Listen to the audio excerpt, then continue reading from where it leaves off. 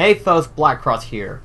And it's been a while since I've done a discussion of any gaming news and everything like that, and today I bring you news from the Tokyo Game Show.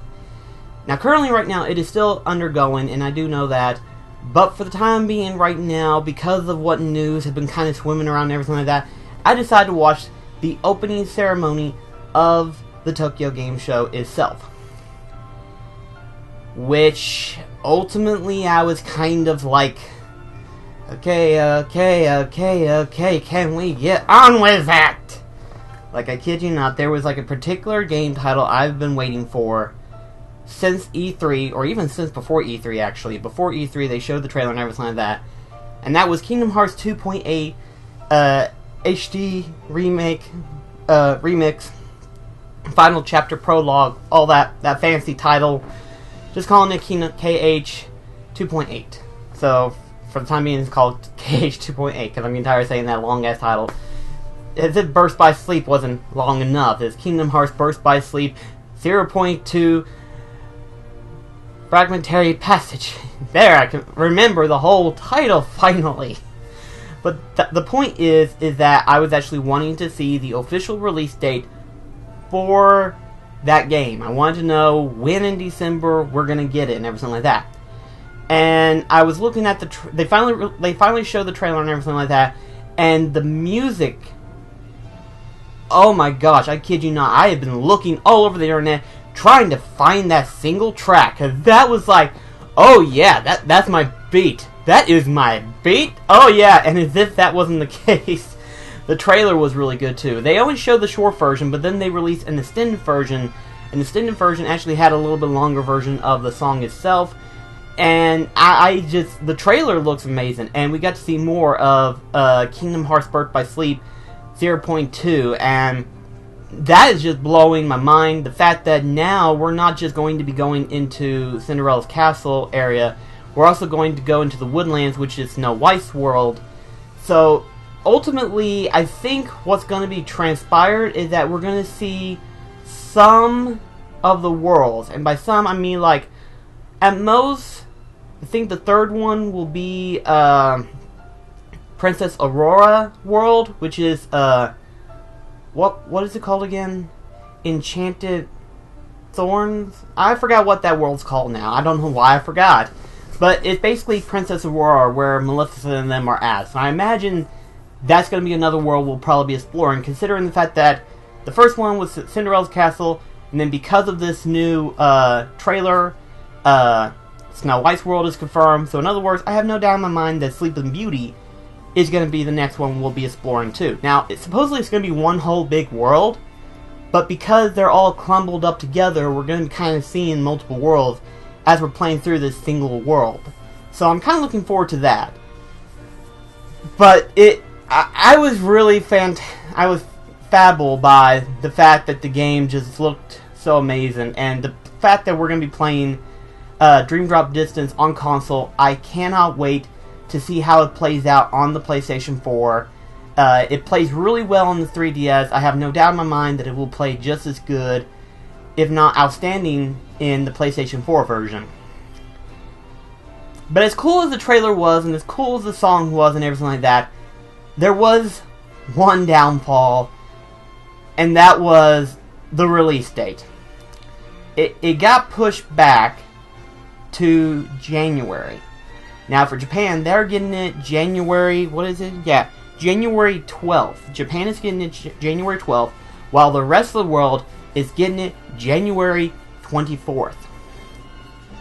Kind of figured that it wouldn't be a worldwide release, but I'm not gonna bitch, because at least we have the release date for 2.8 finally, because honestly, with the fact that we have Final Fantasy 15 that's being released in November, I honestly wouldn't be able to get a chance to play through 2.8 or anything like that.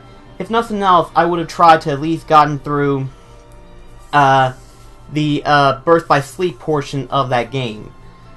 But ultimately, I think they made a good call. Honestly, I think they did, because a lot of people, a lot of fans per se, are anxious for Final Fantasy 15, and they would feel like Kingdom Hearts 2.8 would get into the way, so they figured, you know what, let's push it out by at least a month, because it's not really a big game, per se, considering that Dream Drop Distance is a game that most people have already played, and then it has 2 new stuff.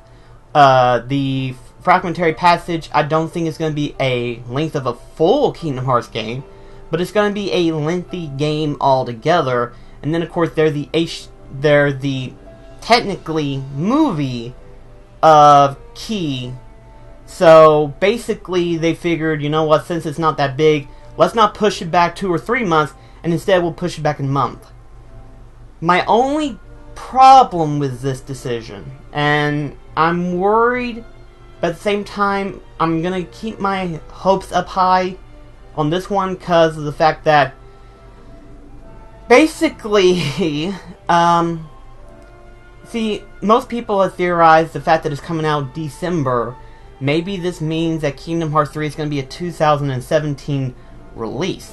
And if that's the case, that might explain why they're wanting to release the detail and information this winter, or December is what I'm thinking. Maybe November, December. I'm hoping December, because that's usually, like, last minute deal before we finally get any details of, like, news before the new year and everything like that. So I imagine that they would have announced it for sometime between March and April or so. Because March is the 15th anniversary of Kingdom Hearts. So I figured, an irony as it is, unfortunately that's not looking to be the case. Because of this recent push, I think they might push Kingdom Hearts 3 further. Then again, there wasn't really a news that stated that if the push of Final Fantasy 15 and 2.8 gets pushed back, that Kingdom Hearts 3 will be pushed back. Sounds like they have an ideal goal of when they're going to release this game anyway. And if so, maybe March wasn't the ideal month that we were thinking. I think maybe it could be either midsummer or somewhere in early winter, I want to say. I think that sounds right. But then again, I may be completely wrong. For all I know, maybe they could turn around and just surprise us and say, hey, Kingdom Hearts 3 release date, March, date 2017. It would be quite a fantastic feat. But at this rate, I think the majority of us can say with our heads held high that we'd be fine if it just gets released 2017. We would prefer it to be early, but if it gets released 2017, I think the majority of us can be satisfied regardless. But 2.8 is getting released January 24th of January for the rest of the world, but Japan is getting it on the 12th. So, just to let you guys know, but that was the biggest thing that I wanted to know from the Tokyo Game Show, and that was the only thing I was interested in. Then I decided to skim through the whole introduction, and by skim I mean like kind of scan a little bit to see if there was like any other details that I might want to know. And there were actually some other details that I was curious on. For starters, there was a couple of titles that I actually wanted to know when was going to be released. One of them was actually Nioh, and there was a lot of people were talking that Nioh was going to be released in October of this year. And I was like, there's no way. They just released a beta. But then I was like, maybe that's why they just released a beta, to see if everything was good before they released the game. And I imagine that they probably had like some issues with the game. I don't know. I hadn't, well, I'm not going to say I hadn't had any issues in terms of like gameplay, but in terms of like difficulty, I kind of did. But that's just one area thing, you know? I mean, I'm not going to say the game wasn't easy, but the gameplay is a lot better than its alpha stage. So I say that that's probably what it was. They wanted to do some fine-tuning or whatever and see what else they can improve on. Personally, for me, I thought it looked really good. I thought it played out really well. But ultimately, that decision is not mine. It is the company itself. And they have decided that February, and it's a worldwide release. In other words, simultaneously it's going to get released. Everybody's going to be playing it at the exact same time. Neo's getting released February 9th, which caught me off guard. I was like, February 9th of 2017. Interesting. As if that wasn't the case, another game that popped up that I've been wanting to know, and I hadn't talked about it at E3 because I completely missed the trailer because I didn't see it. I was like, oh, that's right, Nier Automata. Where is it? I didn't see it. I did get caught up to see a trailer of it and everything like that, but I didn't see like an official release date, and at that point it was saying sometime in 2017, and I was like, okay, just wanted to know, but I overlooked it. But then Tokyo Game Show showed off a little bit of Nier Automata, nothing major, just a little trailer, and they showed off the official release date, which was February 23rd. The gaming community hates us single guys. I'm not saying they hate us, but I think they're trying to give a point gesture. Because you think about it, there's Persona 5 that's coming out February. Valentine's Day no, I don't think it comes out. Yeah, it does come out on Valentine's Day, I think. But then there's For Honor coming out literally Valentine's Day. Then you got Nier, and then Neo. 4 titles coming out February. At least I have something to keep me preoccupied during that time. Because February is kind of a depressing month as it is. Oh, is it ever a depressing month? But that being said, honestly, it's a good thing, but at the same time, it is also a bad thing. I say it's a bad thing because 4 games that I am potentially wanting all come out on the same month. And I'm not going to be able to get all 4 of them. I would love to. Trust me, I would love to. But I can't. Mostly because of the fact that, you know, I have other games that I'm still wanting to play that I still have that I have not touched yet. And it's just having 4 titles on the same month is kind of irking me. So I'm having to decide which of the 4 I'm wanting to get the most of. And while I love For Honor, I feel like, personally, I feel like that wouldn't be as a large event game as like any other game that I have seen. I mean, I love the gameplay, don't get me wrong, I still love it. And I love the ideal that you get to fight other players online in a massive map. I just love that ideal. But the fact that,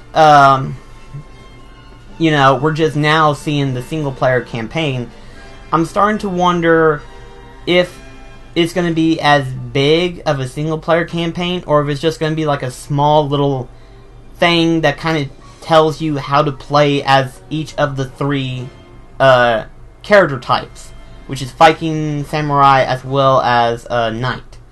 So it's kind of like, is it going to be as good? I don't know. And then there's Persona 5. Now, not to say that Persona 5 is bad, I'm just saying that, Persona 5 right now isn't on my hype criteria. Don't get me wrong, it looks amazing, and I played Persona 3 and I love the SMT series, but Persona 5, it just, let's put it this way, I've kind of had doubts on it whenever it first got talked about and we hadn't had any news since then. Then the following next year we saw actual gameplay and everything like that. Then the following next year we finally have an official release date and everything like that. And so it's like, do I want Persona now? I don't know. So right now is looking between Neo and Nier Automata. Nier itself was really good. And I have no doubt in my mind that Nier Automata is going to be just as great. But I don't know which of the 2 I want the most. I may end up getting both, but we'll see. We'll see how it looks whenever it finally does get released as it gets closer, because I still have plenty of time to decide which of the 2 I want most. But for the time being right now, I have not decided of which one I want the most. That said, there are a couple of game titles that I've seen that I actually like, but my worry is I don't know if they're going to be released in both Japan and the world, or just strictly Japan itself. Because here's a problem that I have with the Tokyo Game Show. There are times whenever they show off games, but they never get released in America. That's usually my number one problem. And while in some cases they tend to release these games in America, the only problem is they're not dubbed, they're just subs. And I actually have no problem with that. I've actually played a bunch of games that have subs, but as long as I can read the text, I have no problem with it. You know, much like Digimon Story Cyber Sleuth, I have no problem with it, and it can easily be looked over. The only problem that I have is that, you know, that's the only thing, is there are no English dub. But if that's the only criteria that it takes in order to get a Japanese game and bring it to America, I think I'm fine with. I have no issues or complaints with that. It's just, I really, really want to play the game, most importantly. And there are a couple of game titles that they showed off on this first viewing of the grand opening for Tokyo Game Show of this year. And one of them was a new Gundam game. Now, record is not Gundam Dynasty, but admittedly, I do like how this one looks. And from the way it looks like it carries out, like, the majority of the Gundam series. I mean, from what I think, not so much fan favorites, but so much of, like, what they like, you know? Like, the very first of the Gundam, and then it's, like, Gundam Seed, I think Gundam Versus? I'm kind of behind on the Gundam series as it is, so it's like, I don't know what all Gundam series they have now. But the fact that we're getting a new Gundam game, I think that's pretty cool. And it does look great. It really does. It just, as of right now, I don't know if we're going to get it or not. Another title, and I hope this one will get. I say we will because the majority of people who have played these type of games absolutely love them. And so far, the team itself, Omega Force, has been a fan favorite among hack and slash gamers like myself and then everybody else. And that is a new Dynasty form game. I don't know what it's called or what it's pronounced, but it has like various characters from different game series, and I'm thinking anime, but I may be completely wrong on that. But there is a new Dynasty Warrior game that has the one ninja from Ninja Gaiden, and then there are like several other characters from different game series and stuff that I noticed, and I'm like, this is a Dynasty Warrior type game, and one of the characters is from Ninja Gaiden. This looks interesting. This really does. I'm really excited. It's been a while since I've played any different Dynasty Warrior game, which I kind of need to get into.